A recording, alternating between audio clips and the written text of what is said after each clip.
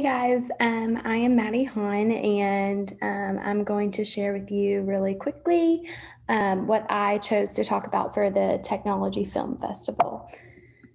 My school mission statement. So I teach at Breckenridge Elementary in Fayette County, and it says Breckenridge exists to create a collaborative community of learners that ensures all students achieve at high levels and are prepared for lifelong success in a global society.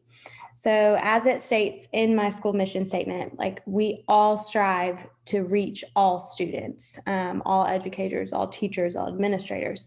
We want to reach all students in all learning styles. So, for my vision statement or for my vision project, I decided to focus in on using technology to create this collaborative community among students, educators to ensure our students are prepared for lifelong success.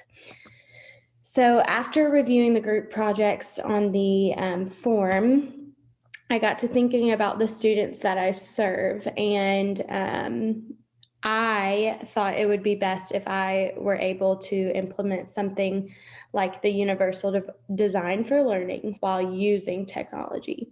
So what I say here is it just says that UDL will allow for more opportunities for means of representation, engagement, and flexibility in and outside of the classroom, helping me to reach more of my students. So my students come from all over the world, and I have a very, very diverse classroom. We serve lots of different languages, have just lots of different cultures involved in my classroom. So I thought UDL was very unique for my personal experience and using that in my classroom because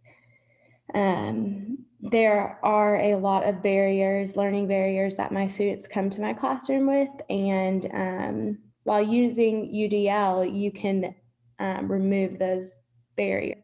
To use technology in my classroom to engage the students more, I will use different games and activities on Chromebooks and iPads. So my school is already one-to-one. And if we're not one-to-one, if you're not one-to-one right now, that might be a little different for you. But I think after the global pandemic, I'm pretty sure most of us are probably one-to-one in the classroom now. And so, for example, to make things more engaging that align with the standards like Big Brain Math Facts, I'll show you a quick example of what this looks like. So it's just using math facts in a more engaging way, what interests my students, and to find out what they need and what their strengths are. I can clearly state learning goals in a way that all students can relate and understand the task for the day, maybe through a video or a fun game that gives them an idea as to what they are doing and learning for the day. To show representation, I can provide students with different ways to see stories or to learn those math facts. So whatever you're doing in the classroom, you could provide a PowerPoint with different font sizes or change the background colors just to switch things up. I could also have the story read to them, and they can also read it to themselves and listen to themselves read through a microphone. My kids love doing that. And then I could also use a video that provides an animation instead of just a regular story being read. Math facts that can be learned through digital flashcards or a game that engages learners in a new way. And then a Google Classroom specifically designed for your class that can provide multiple means of representation like Google Forms or Google Slides or Excel, or not Excel, sorry, Google Sheets, calendar, things like that.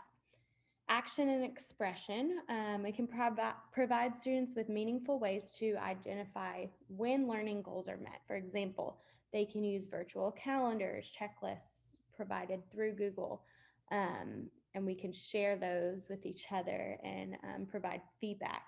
It allows students the flexibility to create a project or to do an assessment in a way that is meaningful for them. For example, they could do a Google Docs paper, a paper through Google Docs, or a video through YouTube, or a presentation through Google Presentations, or even a digital graphic organizer.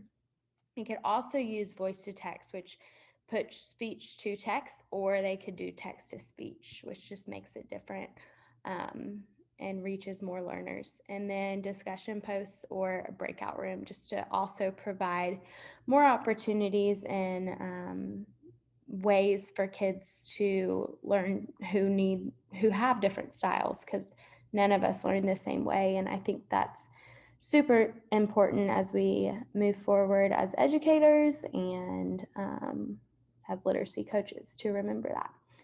And then this was just a reference that I used. So thanks for listening. And if you have any questions, just feel free to reach out.